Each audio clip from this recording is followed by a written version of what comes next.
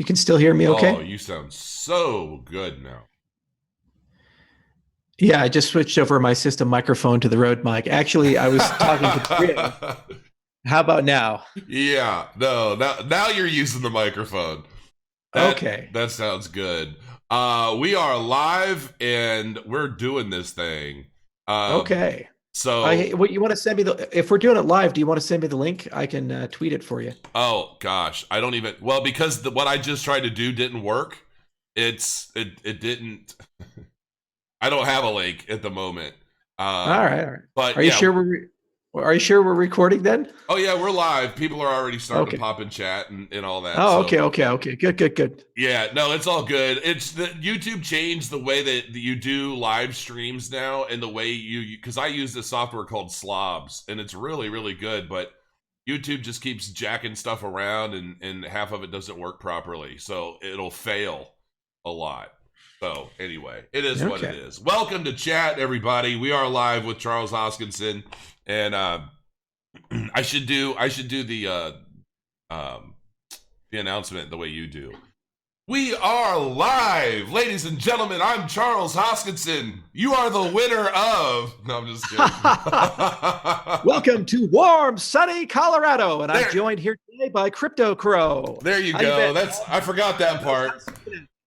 So Cardano is like I was telling you, I was talking about Cardano last night. I mean, just a hair. It's been doing pretty decent, up 51% over the past month. And headway is being made. I have a staking node, a delegation node on testnet that's just growing every day.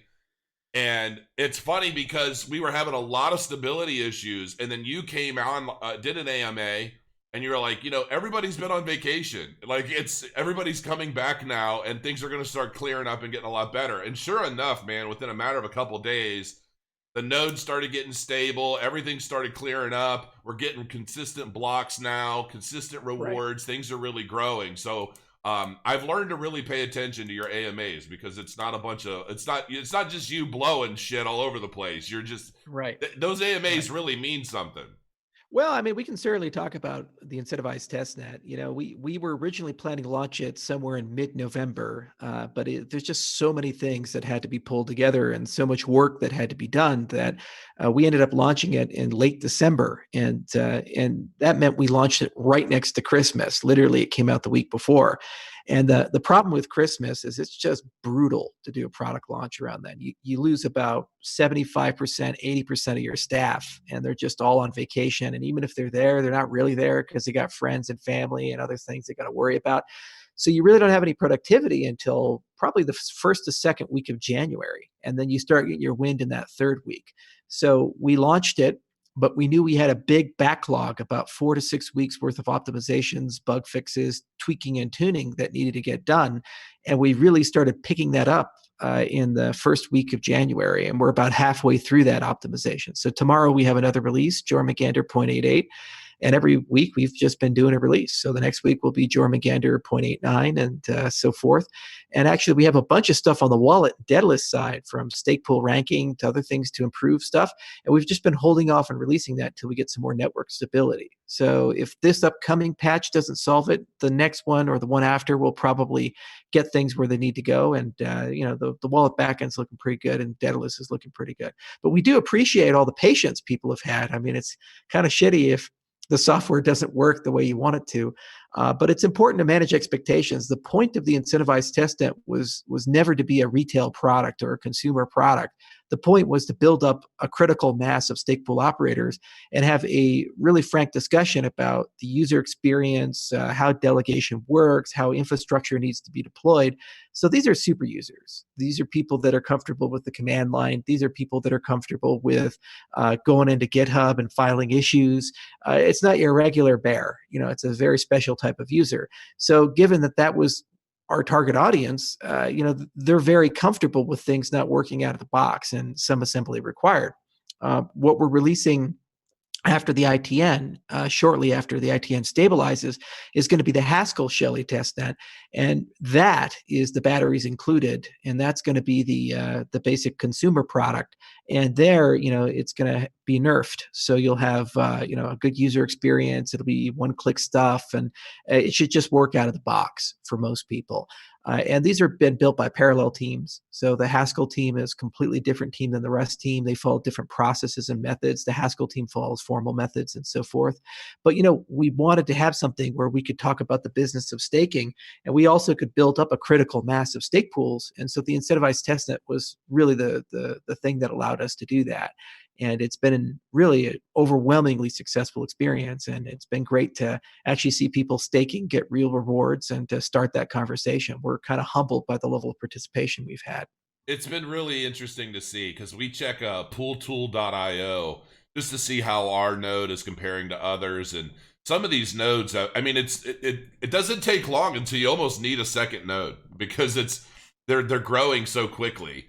And this is just testnet. This is just people that were holding and have an interest in delegating prior to that snapshot. Or snapshot. And so I can't wait until mainnet is ready to go, man. And it's I think people don't understand how big the Cardano community is. We don't get as much tender love and care from Silicon Valley or the cryptocurrency space as we deserve. But honestly, there's over 1 million people floating around the Cardano space and Cardano Nation. It's just everybody's just been waiting for us to get this damn software out there. And so the ITM was really the first time where people could do more than just send transactions like Bitcoin. They actually could do real stuff. And suddenly we almost have 1,000 stake pools registered, and 40% of the network is already delegated, and tons of stuff is going on. So people are starting to wake up and realize, oh, it wasn't just Charles talking into a microphone, talking story. There are real people behind this ecosystem, and they're hungry. They're ready to go. They're fired up. And so the key now is just to make sure we can roll them over in a responsible and systematic way to mainnet, so that when mainnet gets out there, we can really show the world what we've built, which is a behemoth. Do you have any idea what the ratio might be of those that were holding Cardano prior to the snapshot and those that are actually in like delegating it currently? Somewhere like 35% to 40% of all total ADA is delegated. We just started aggregating those statistics, and that was another casualty of the Christmas vacation, as the people who do that work didn't come on backboard until mid-January. So I'm starting to get very nice statistics, and we're starting to get good surveys coming through. So every week we start aggregating things together, and we're starting to learn a lot from this. But both we and the community track the amount of ADA that's delegated, and I think it's somewhere between a third to 40% that's of the total supply, which is huge participation for a testnet, especially a testnet that doesn't have a super stable network stack yet. Right. So that bodes very well that we should be probably sitting comfortably in the 60 to 70%, if not larger, staking come mainnet. That's our hope. Well, and the way I look at those numbers is it's very likely that that's the number. Whatever's being staked now, once it goes to mainnet, I think that percentage is probably going to climb. And those are people who are long-term holders. Like, these are people who are most interested in accumulating more, not just selling it off and getting rid of it. So, and there's a lot of institutional stuff that we've been doing under the hood, like the relationship with Gen2. We've been getting institutional custodians set up. There's been some discussions about creating funds.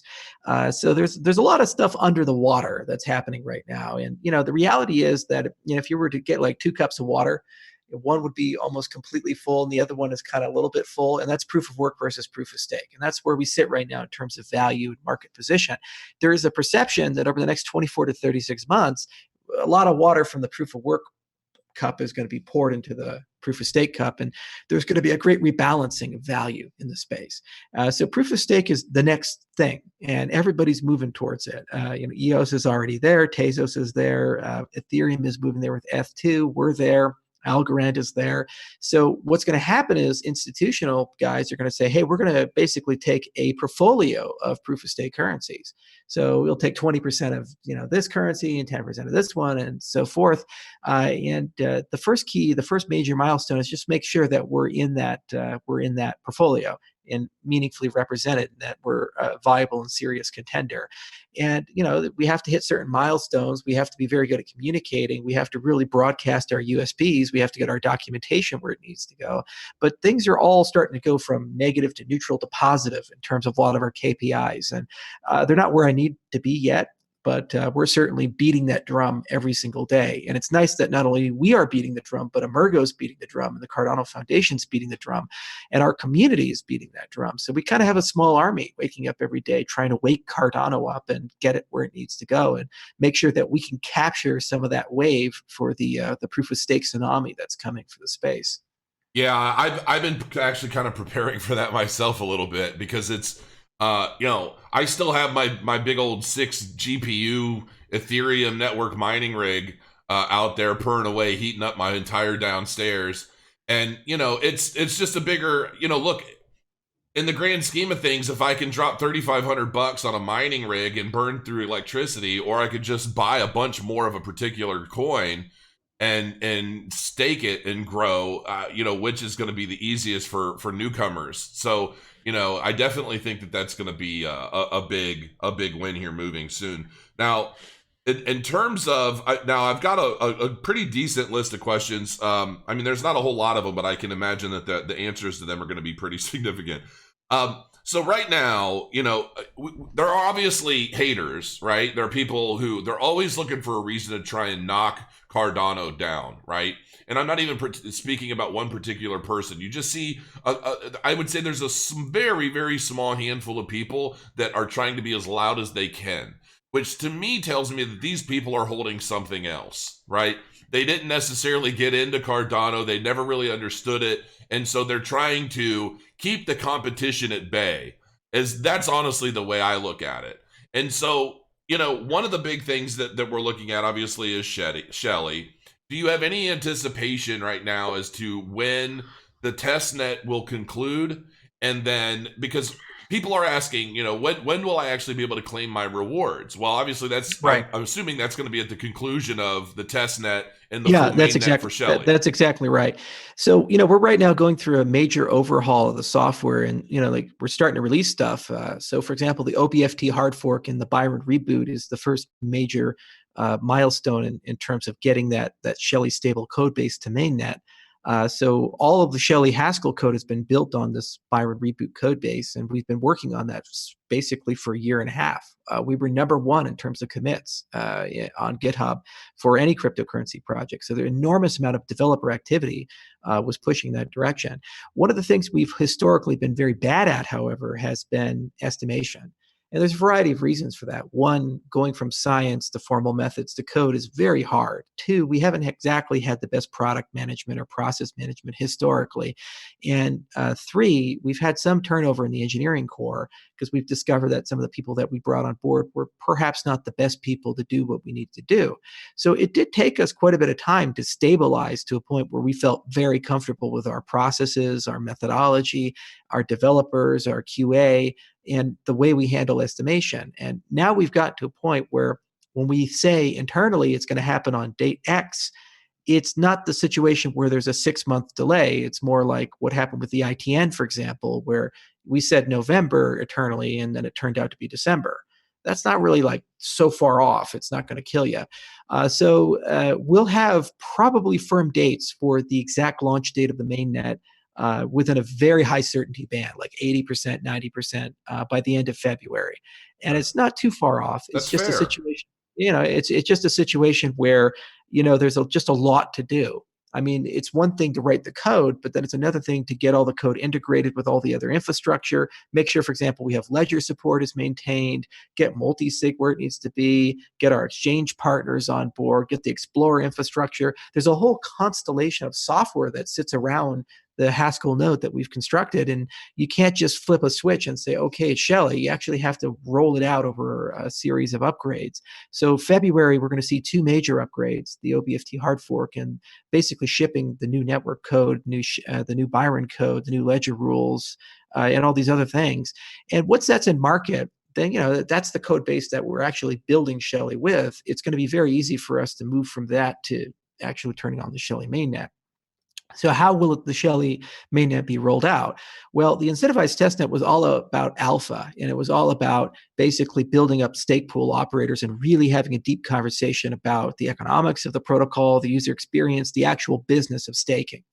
When we launch the Haskell Shelly testnet, there's going to be kind of 2 things we're doing at the same time. One, we're just going to make sure that everybody is pretty comfortable and able to use the software. And it's their standard QA process where people are beta testing it, playing around with it. Nothing special there. Two, there's a dedicated skunkworks within IOHK whose day job is to take everybody who's registered a stake pool and wants to participate on the ITN and facilitate and help them roll over to the Shelly testnet on the Haskell side. So on day one, they're ready to stake and ready to go. Now, in terms of redeeming your ADA that you've earned on the ITN, it's going to be as simple as restoring your wallet. So if you have those keywords, you just restore your wallet and boom, suddenly all the ADA just appears. So we'll have a tutorial and a guide for how to do that. It's not super complicated, and it's going to be a pretty seamless user experience in terms of the rollover. So dates will come towards the end of February. You're going to see a lot of upgrades over the coming month, and then we'll make some announcements about partners and infrastructure and things like that. And we just need to make sure we keep everything that we've already accomplished and drag that along with us. Now, that said, the physical amount of work required is not super significant. So this is not a situation where I'd say, oh, Shelly's coming in September or October. That's crazy. It's not even close to that. It's much sooner than that. It's just I can't give a firm date until we finished at least 2 more sprints. And we're right now on bi-weekly sprints. So every 2 weeks we do that. And then we'll be able to look at the velocity of those sprints with these new methodologies we're using. And we can look at the totality of the backlog and we can make a very precise statement of what is the range for this. Now, in terms of launch, we've been trying to figure out how are we going to launch the mainnet in terms of publicity and an event. More likely than not, we'll do some sort of event in Japan. My preference would be Kyoto, and we'd love to find a good time period which makes sense for that. And because we have such a great Japanese community and so many people have had faith and confidence in us. The other thing is there's going to be a lot of cleanup post-Shelly once we've launched it, but then we have to start getting the Goguen stuff going too. So right around March is when some Shelly resources are rolling over to start productizing the Goguen stuff. And then that works in parallel with actually deploying Shelly. So there's kind of a cleanup phase. And so there's some updates there. And then there's this Goguen hard fork, which is kind of lurking as well, right around when Shelly's hitting. So that's complicated because we have to have a lot of discussions with our exchange partners and basically make sure that they're totally okay and they're going to be along for the ride. Because what we don't want to have happen. Goguen hard fork. What does that mean? Like the old Cardano's going to be left and there's a new one that's popping up, or what? What does that mean? Well, yeah. Anytime you change the ledger rules, so basically how transactions or how things that are happening in the system are interpreted, generally speaking, you need some form of a hard fork, meaning that the new clients are somehow incompatible with the old clients, either because you've extended the rule set or changed the rule set. So the problem with Goguen is we're going from a Bitcoin style semantic, so basically UTXO, to now what's called extended UTXO. We actually just published this paper. We've been writing it for 3 years in this model for 3 years. And extended UTXO is the foundation that allows us to have smart contracts on the system. So you need a much more sophisticated transaction system than what Shelly has. So we could roll both of them out at the same time, but the problem is that there's just simply too much risk in that delivery because if it breaks, there'd be too much complexity in that stack. You want to kind of make these things sequential. So basically how Goggen's working is we're going to get to a point where we have kind of a centralized thing called the mock chain, and you can start writing applications against that. And then when we do the hard fork for Goguen, the things that you wrote on the mock chain will port one-to-one and run on mainnet. So basically, it's like releasing a beta version of the Xbox for game developers to create their games against, so that when the Xbox launches, you'll be able to run those games and on the launch day. So that's basically how we're going to do that. So basically, Shelly will holding come out. Cardano on the dataless wallet, nothing will happen from the user. Pop up, or does nothing else change? There's no new tokens. It's just thank God. Okay, that's what I want to make sure. You have to download. Yeah, there's never been a new token. It's always been the same token: Byron, Shelly, OBFT hard fork, and so forth. Basically, when we go from Shelly to Goguen, it's just a hard fork, but it's the same token, same user experience. I don't think you'll even need to restore a wallet. You just have to download a new piece of software. And I think we can get that through the auto update system that we're doing. So you'll just get a notification. Yeah, because I'm hearing taxable event. The way they're trying to tax everything to hell and back now, it's like, oh, wow, there's going to be a hard fork, which means there's going to be something else that I have to claim and this and that. Well, there's a difference between a contentious hard fork, like what happened with Bitcoin Cash or SV, and a community-driven hard fork. If the community's behind a hard fork, you can do that, and you don't create a new token. The only time you create a new token is if somebody has some incentive to run the old system. In the case of Byron to Shelly, because it's a federated system, the nodes maintaining the Byron system will be shut down, and the nodes maintaining Shelly will be turned on. So there's really no one around to maintain the old chain. So there's no possibility of a token there. Now, there is a small possibility that some of the stake pools, for whatever reason, will say, no, we don't want smart contracts in Plutus in these 4 years of research and development. We'd rather keep the system simple and have like a Cardano Classic or something like that. But I'd put that out there with, werewolves attacking me at night, or something like that. It's probably a very unlikely event that's going to happen. But that's the point of decentralization: is that the more decentralized system goes, the harder it is to coordinate large-scale changes with a hard fork. Which is why Shelly and Goguen, the two most significant changes to the system, are being done while we're still in a federated Ripple-esque curated model. And then once we move into the Basho and Voltaire area, those changes to the base protocol will become less significant. And they're going to be more about overlay, and they're going to be more about basically consensus things like treasury and so forth. And this is the great challenge with all cryptocurrency architects. So Shelly and Goguen are almost in tandem, but one's happening before the other. But Right. They're supporting each other ultimately. Right. And at the end of the day, once those things are launched, it's an end-to-end full cryptocurrency that'll probably be 100 times more decentralized than Bitcoin. It'll have the best smart contract model in market. You can write a lot of cool off-chain applications in addition to on-chain. It'll be like everything that I really hoped Ethereum was. Right. And the only thing is it won't have a built-in governance system, and it won't have a lot of those scalability solutions turned on. So there's certainly a lot more work to do. But if I was to get killed in a plane accident after Shelly and Goguen got out, there's still enough of a foundation there that I think Cardano will be the best-in-class cryptocurrency on market. Basically, you could look at every single person in the top 25, and you'd say there's just no one there that can compete with what we brought. And I feel very comfortable with that, because what we've done with the Drestia, the Explorer, how the extended UTXO model works. I mean, we'll have awesome smart contracts. We have awesome DSLs to write financial contracts. We'll be very performant, at least 5 times faster at the base speed than Ethereum. So I'm going to stop you right there, because that was actually one of my questions. Is one of the big points to Goguen is the idea that Ethereum and I've been getting a cold, so I have to excuse me. I'm sniffling and sneezing and all kinds of stuff. It just hit me 20 minutes ago. The plan for Goguen, once Goguen launches and Shelly's done, that ultimately is the complete crypto at that point. And then from there, it's ultimately just a matter of all of the methods to making it better and improving upon something that now exists. And at that point, a couple things. Number one, and I know you can't say anything, but my guess is it's going to be at that point that we end up seeing Cardano on CoinBase.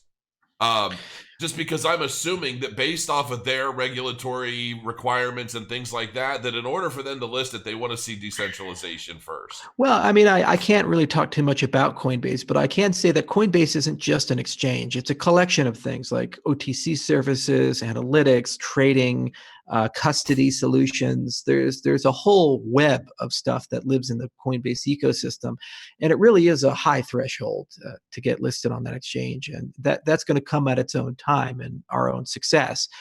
So we certainly will have conversations with members of industry where and when that adds value, and our goal is, of course, to increase liquidity wherever possible so that more people can participate in the ecosystem. But it's a complicated conversation, because you're not just talking about necessarily listing, you're also talking about the ability to stake the asset. You're talking about custodial solutions and a litany of other things. So we'll just table it there. But it's not just Coinbase. There's also Bitfinex, which has always perplexed me that we haven't been listed there. But there's some unfinished cleanup that needs to be done. See, another problem we have is that we have a very fractured and fragmented listing of ADA right now across the space. So we're listed on more than 30 exchanges, but there's more than 25 configurations for that. It's kind of like being an automobile manufacturer and having 25 different seat designs. It's too much. You want to consolidate that as much as you can. So similarly, what we're working on with the Drestia project, so the Haskell wallet backend, is trying to create a unified way for exchanges to list us, and a unified set of APIs and CLI tools and such forth, and libraries, so that everybody's basically using the same relative configuration. So instead of having 25 different ways of doing it, we just have one or two, and it's much, much, much easier for us to maintain. And then the payoff to the exchanges is we can offer a much better SLA. We can start saying you'll get response time within 24 hours, and we can have a dedicated response team and be able to give you meaningful answers to questions you have. And then the benefit to the consumer is that we're talking about security audited formal method software. So the odds of that software breaking or having a security flaw is extremely low. And it's amenable to cold storage, and you can do all kinds of cool stuff with it. And it'll come in built in with staking as a service tools as well. So it's a lot easier to do that. And then once we launch meta tokens, you can have Cardano becomes a multi-asset ledger with Goguen. All those ERC20-esque experiences will just automatically be built into that framework as well. So you can list all of the tokens with that same framework on our system, and it'll be very easy for people. Again, this is a huge task.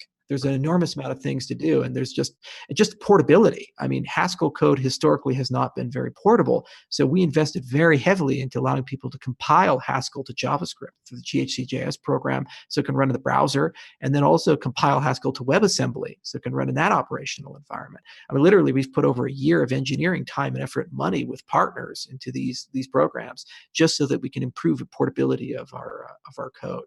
So these are some of the things that run under the surface. The consumer doesn't see it, but it's commercially super important for secure wallets. It's super important for mobile clients, super important for exchange listings, and also low-cost maintenance of the system with high performance. So what I'm interested in as well is basically the idea that once Goguen is out, well, so one, explain, before I get into that, explain a little bit. You said, Cardano's, 5 times faster than the Ethereum network. What are the differences between the two in terms of scalability?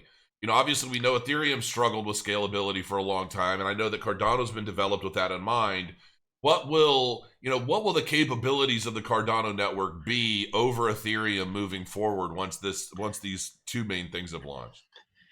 Yeah, so the scalability is one of those extremely complicated red herrings, and the reason being is that there's not a good definition of it. And so you can certainly, like what EOS did, create gameable statistics and say, oh, look, we're X 100,000 TPS.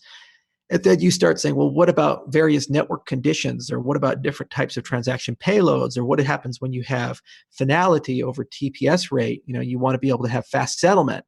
And then also, are you talking about just movement of assets, or are you talking about smart contracts? So we use the Ethereum as a measurement. So what we did internally is we said we looked at the Ethereum network at its peak capacity during the height of the CryptoKitties crisis.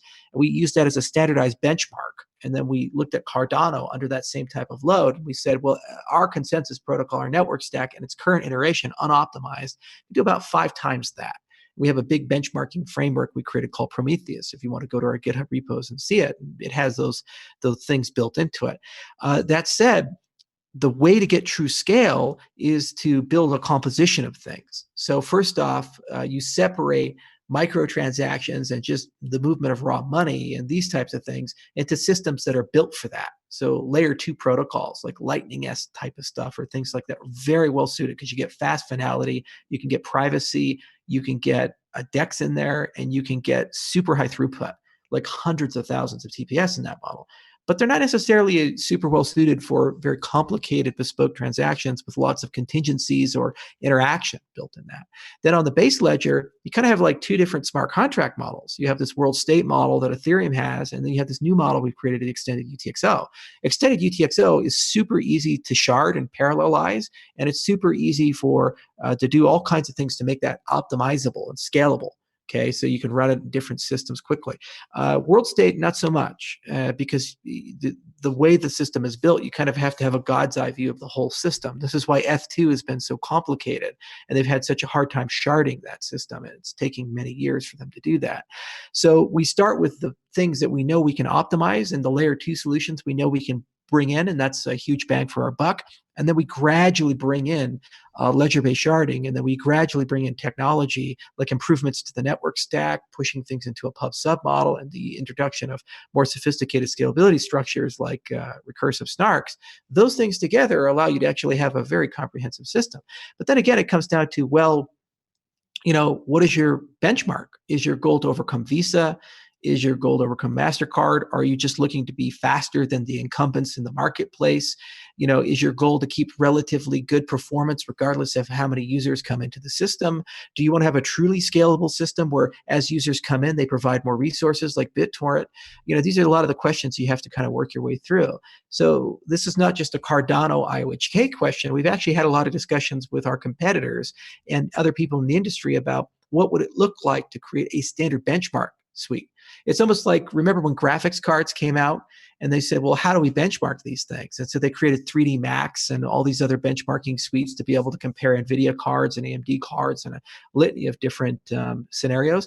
Well, it's the same situation here. We really need an industry-wide benchmark, and then I can create a number and say, oh, Cardano is number 73 and EOS is 62 and Tezos is 71 or something. Then we actually have something meaningful that we can kind of wrap our mind around and say, okay, well, this is our scalability metric. In the absence of that, the best way of answering the question is just breaking it down to use case and say, are we scalable for microtransactions?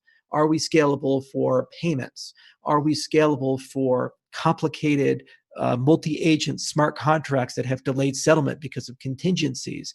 Are we scalable with legacy stuff like Ethereum interoperability and these types of things? And every single one of those requires a different basket of solutions and protocols to be able to satisfy it. So you say so much so quickly, and there are keywords that you throw and you run right through them. But I want to define some things a little bit, just because I see a lot of confusion.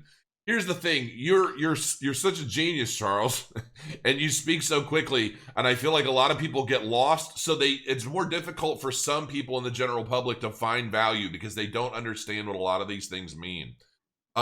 Ledger-based sharding as a part of your scaling, systems. Explain that system. It sounds to me like you're saying, rather than have one ledger-based system on the network that's controlling everything, you're creating individualized ledgers within the network that are particular to a specific purpose.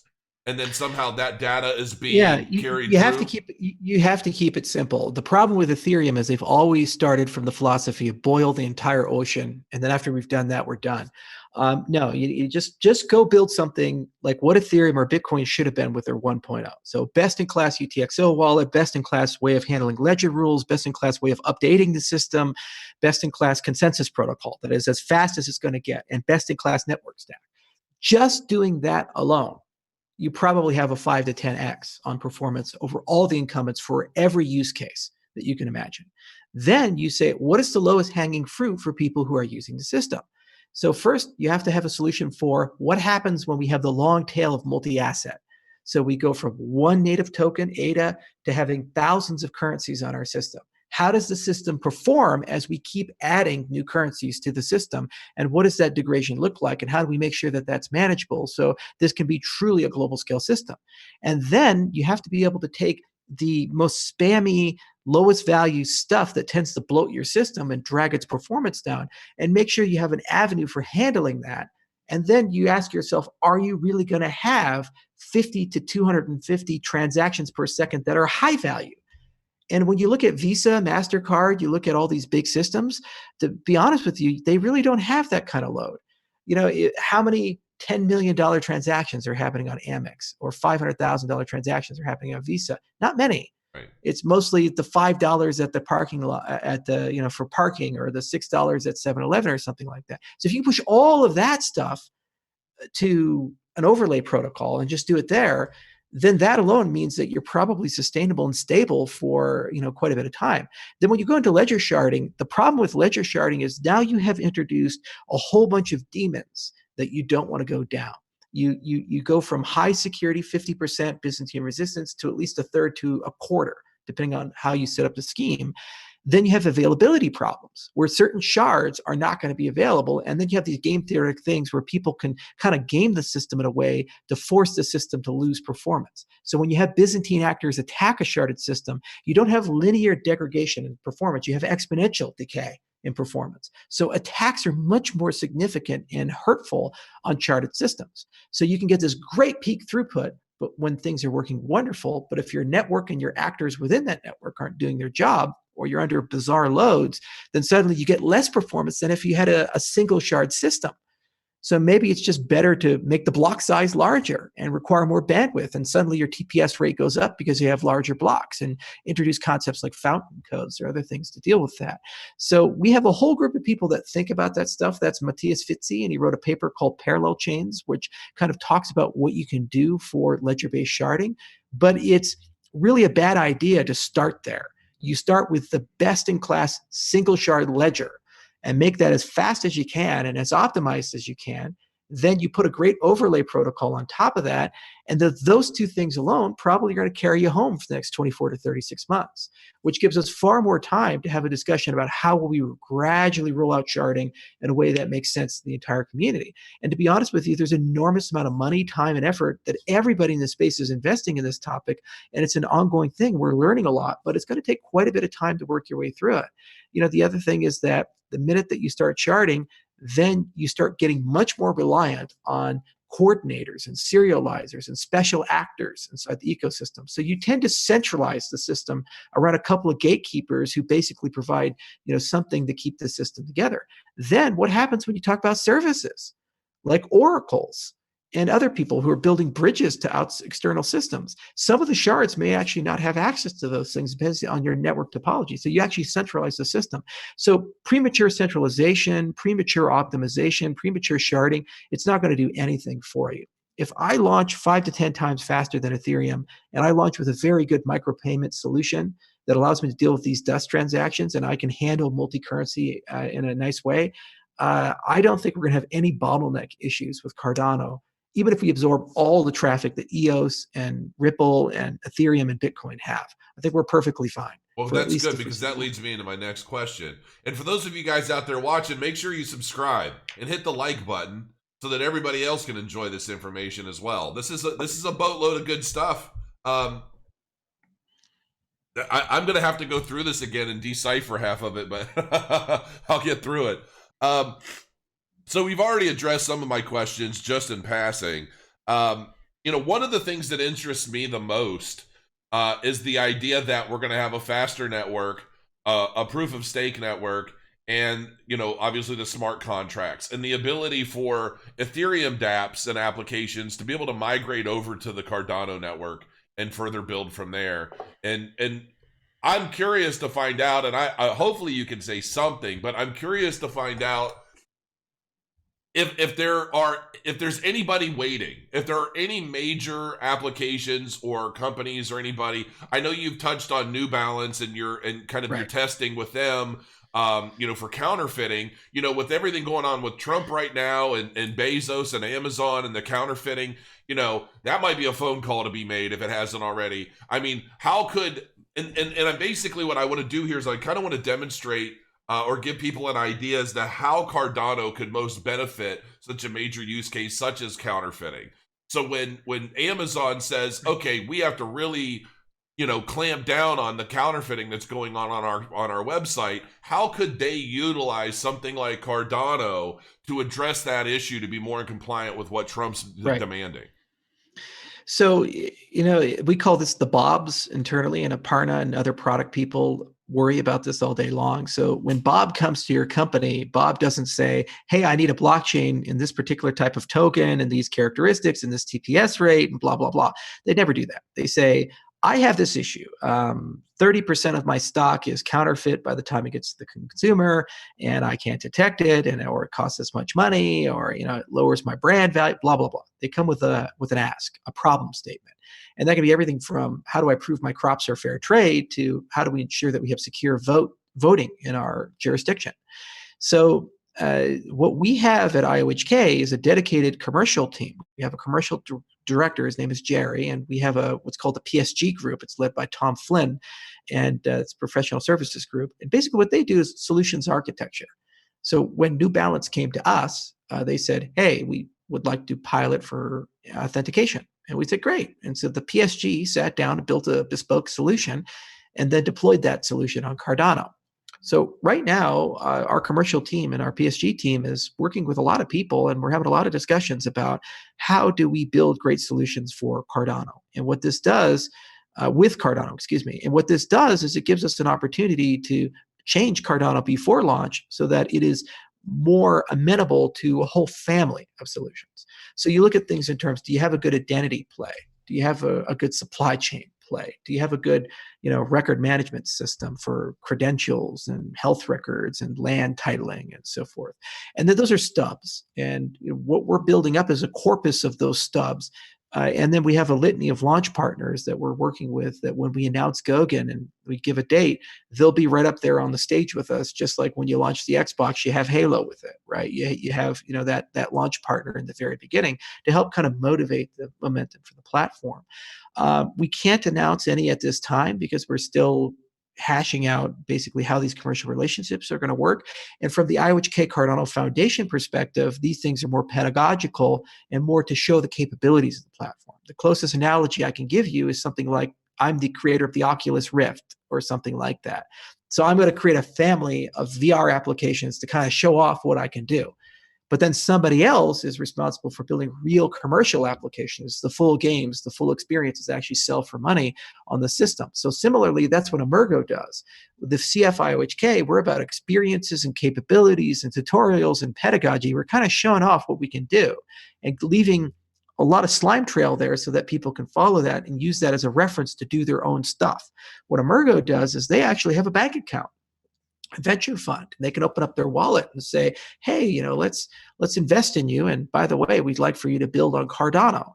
And so as we start moving into the Shelly era, one of the things that we're going to start doing with Emergo as a commercial partner is making sure they're very clear about how much they're going to invest, who their launch partners are, and what it takes to get an investment from them, and what domains they're investing in. Now, there are certain things that are so high value that I'm personally involved in them. For example, I really would like a country of the future and say, if you came to me, country X, and you said, Charles Hoskinson, you're king, you're dictator, and blockchain the whole country.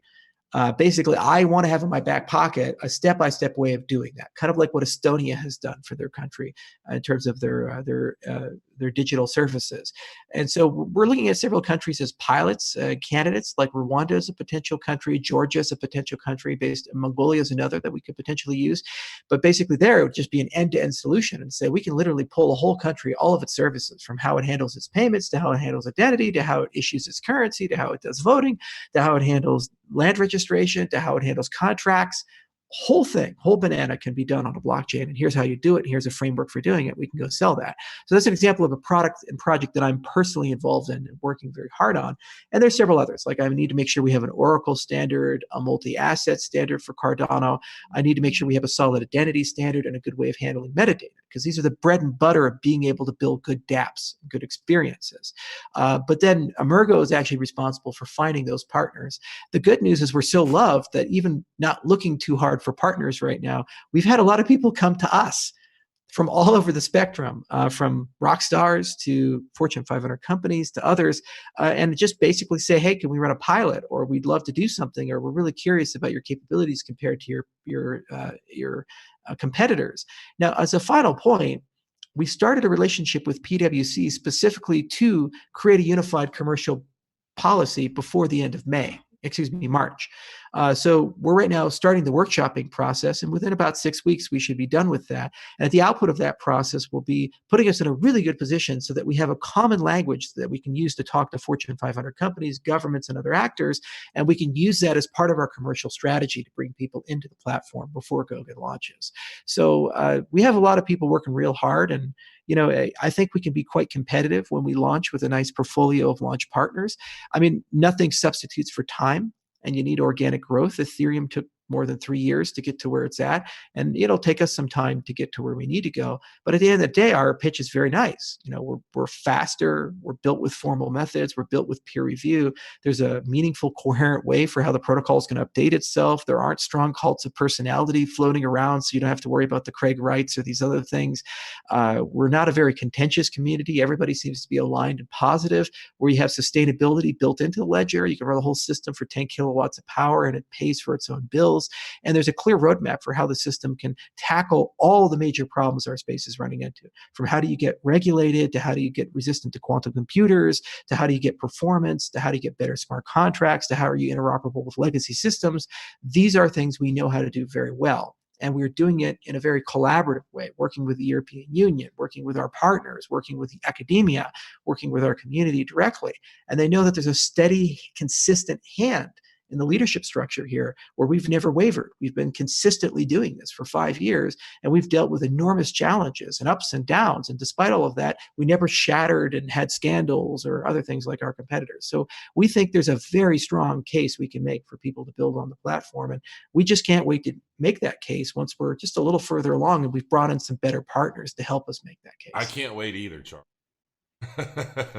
I'm when I think about everything that you guys have been developing and everything that you guys have going on, I don't necessarily even, obviously during the next bull market, the bull run and all that stuff that everybody's talking about and waiting for, there's going to be growth in price and all that. But overall, I'm as interested in that as I am, obviously, as an investor, a speculator, whatever you want to call me. I'm interested in being a part of that one project, that one blockchain, that one network that I believe is going to have the most drastic global effect on economies all over the place for a multitude of reasons. And I really believe that Cardano is going to be the one that does that. So right. Well, I'm in it to win it, man. I think we deserve a shot at the top, and we deserve to get this technology out there. And I want this tech to win, not just because it's something I built. I want it to win because I honestly believe if it wins, then the true dream of cryptocurrencies will be achieved. We, over time, have built a system that will get more decentralized, push more power to the edges, be more democratic, and be more sustainable. And should this system be successful, the sky's the limit. When I was in Davos, I had a discussion with people who launched satellites. And we actually priced out how much it would cost to build our own satellite network across the entire Earth. If we get enough capital and the system is sustainable enough, we could have a backbone that doesn't have fiber optic cable in the ground. It's in the sky and nobody owns it. It's transnational. So you can never be shut out of your payment system, ever, even if you live in a country where the local leader shuts off the entire internet. I mean, that's just one thing we could do. And we could bring in quantum cryptography and do quantum key exchange and all this magic stuff. There's so many things we could do if only the funding and the community and the momentum is there. And what we have done is we have created the kernel of that system. And all we need to do, just like blowing on a fire you just got started, is just keep that fuel coming in, keep that passion going in, and then boom, it's going to light up. And we're in war mode, man. Yeah, we're working 24/7. I got some samurai armor over here, man. Oh my God, that is insane. Right, that's actually legit. I had it custom made from armorers who for 600 years have been making it.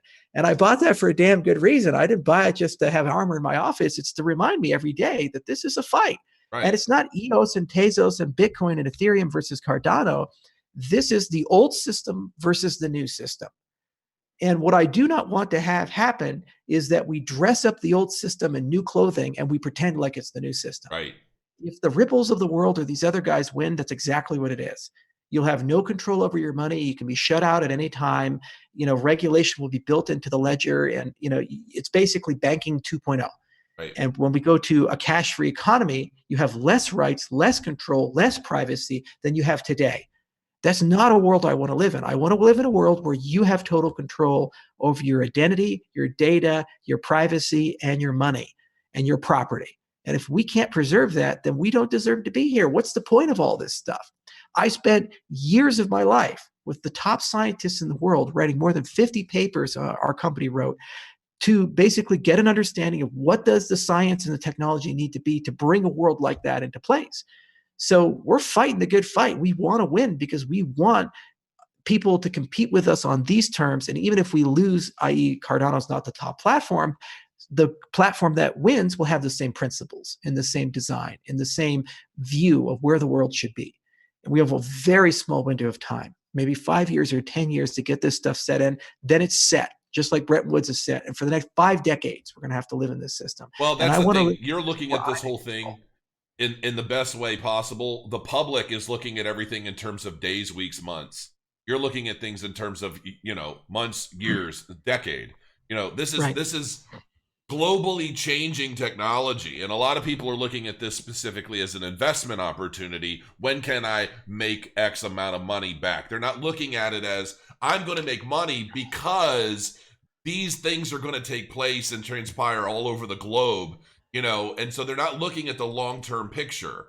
And so that's Right. one of the reasons why I'm always trying to educate people. I'm always trying to discuss Cardano. I love having you on, because I want people to really start Right. looking at, I think this flash of cash element to crypto isn't necessarily over, but it's about the long-term projects. It's the people with that pursuit of the next level of technology. Those are the ones that I really believe are going to do very, very well moving forward. And the hokey ideas, the single use case models for doing this or that with my utility token, I don't think that those are going to really evolve. They're not going to really accomplish much.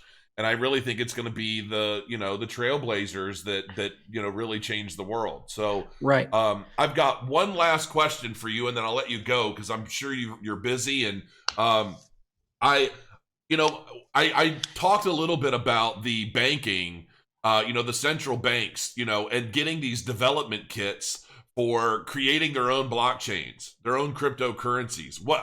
I'm real curious. Have you caught wind of that? Have you by chance looked at these dev kits? Do you have any thoughts? I have a lot of partners. I have a lot of partners that deal with central banks, and I personally talk to pretty much every central bank that matters at this point, from the Federal Reserve to the Bank of England to the People's Bank of China to the Bank of Japan. At the end of the day, there are three things you got to remember about central banks. One, they need to be in control. So there is no reality where a central bank is going to build a token on a public ledger. It's just not going to happen. They might do it through a consortium and a permission ledger, but there's no reality they're going to put a token on Cardano, Ethereum, Bitcoin, or any of these things. It's just not going to happen. They need to be in control. And there's litany of cultural, regulatory, and other reasons for that. Two, central banks tend to be the most conservative animals around. They just do not want to push the envelope, move. They like stability. That's their mandate. Keep the inflation low, keep the economy stable. And when they fuck it up, you get Venezuela or Zimbabwe. It's a bad deal. And then three, central banks are not all created equally. Right now, if you look at BIS, you look at the way that central banks operate, you have kind of like the haves and the have-nots. So you have several central banks that are super powerful, and they say, here's how the world works. And every other central bank for these tiny nations, Caribbean islands, African nations, and so on, they just have to take it, and they don't like taking it. So if you want to innovate in that space, you have to think permissioned. You have to think in terms of inches, not miles. And you have to think in terms of coalitions of smaller actors that want to band together so that they get treated more equally and fairly than they're being treated today.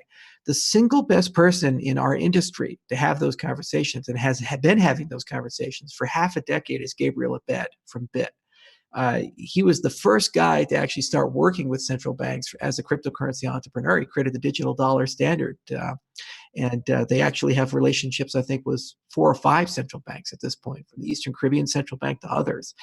And I'm very good friends with Gabe. I know him very well. We talk all the time. And just following this guy for 5 years, every day, talking the same story, walking the same beat, dealing with these same actors, shows you how slowly these guys move.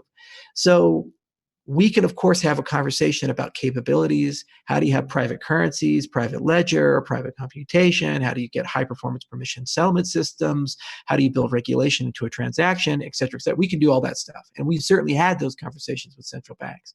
But at the end of the day, they're going to play by their own rules. And at the end of the day, we don't really get to do much for them. That said, the question is, do central banks still matter in the 21st century?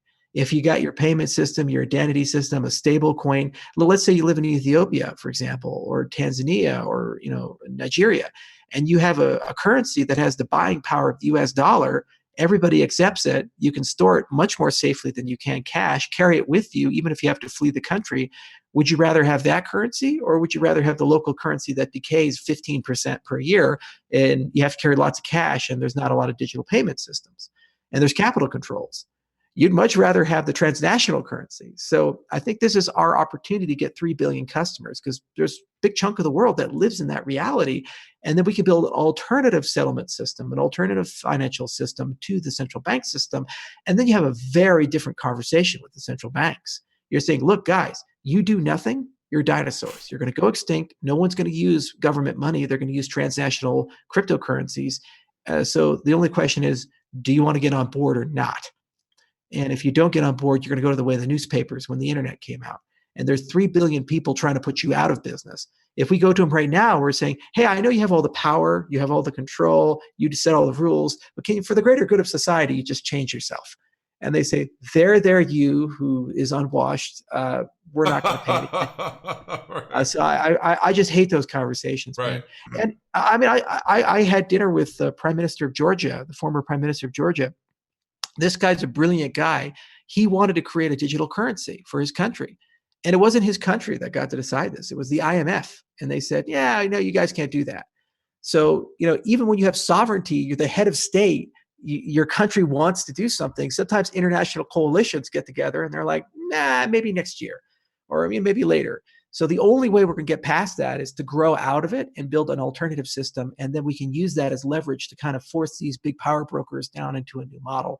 But that takes a long time and it's a lot of work. And you have to kind of just move in matters of inches instead of miles. Do you think that the whole banking industry is going to be more of a generational gap, a generational thing is compared to, it being a technological thing? In other words, right. All of these old school, old fogies, these old men, old boys clubs, kind of controlling everything. Is it a matter of these guys, right. retiring? At the end, here's the problem with the banking system is that when they started, they were in the relationship business and their job was to work for you and basically help you along for the things you needed to do. They protected your money. They helped you get a return. They helped you get more money when you needed it through loans. And they acted as a financial representative. Right. That somewhere along the way, they said, hey, we're also the payment system. And hey, we're also the cop with the regulation. So instead of having a direct relationship with you, they became a middleman of necessity, and the only way you can participate in the economy and safely basically have wealth. And so they ceased being your guy, and they started being their own guy, and they started being predatory and parasitic. So if we get cryptocurrencies where they need to go, the payment rails change, the way money works changes, and the only reason you're going to have an account with somebody is if they're doing something for you. They're adding value to the transaction, or they're making your life better. So what does this mean? These giant, massive financial institutions will start breaking up and they'll become a lot smaller, become a lot more personal, and they're there to do something for you instead of take something from you. So that's the point of our space. Charles, it's always such a pleasure, man. I love hanging out with you. One of these days, we're just going to have to drink some scotch and just do this on a late night when we don't have anything going on and just see what comes out of our mouths. That would be a lot of fun. Yeah, thanks, man. I'm going to let you go. I think, we've been at this an hour. There's plenty of stuff to discuss, but like you said, if we're not careful, this could be a 3-hour thing, and I haven't eaten yet. Yeah, all right. I'll talk to you soon. Cheers. All right, thanks, buddy. See ya. All right, ladies and gentlemen, that was Charles Hoskinson with Cardano, and that was a good time. Look, a lot of you guys, make sure you subscribe. I do a lot of different things on this channel. Always in an effort to educate you and make sure you understand kind of what's going on in the space. And, I do a lot of passive income stuff recently, obviously always crypto, but all in an effort to try and help educate you on ways to improve your life. Smash the like button. Thanks for joining me, and I'll see you again soon. And until then, crow your coins. Have a good evening.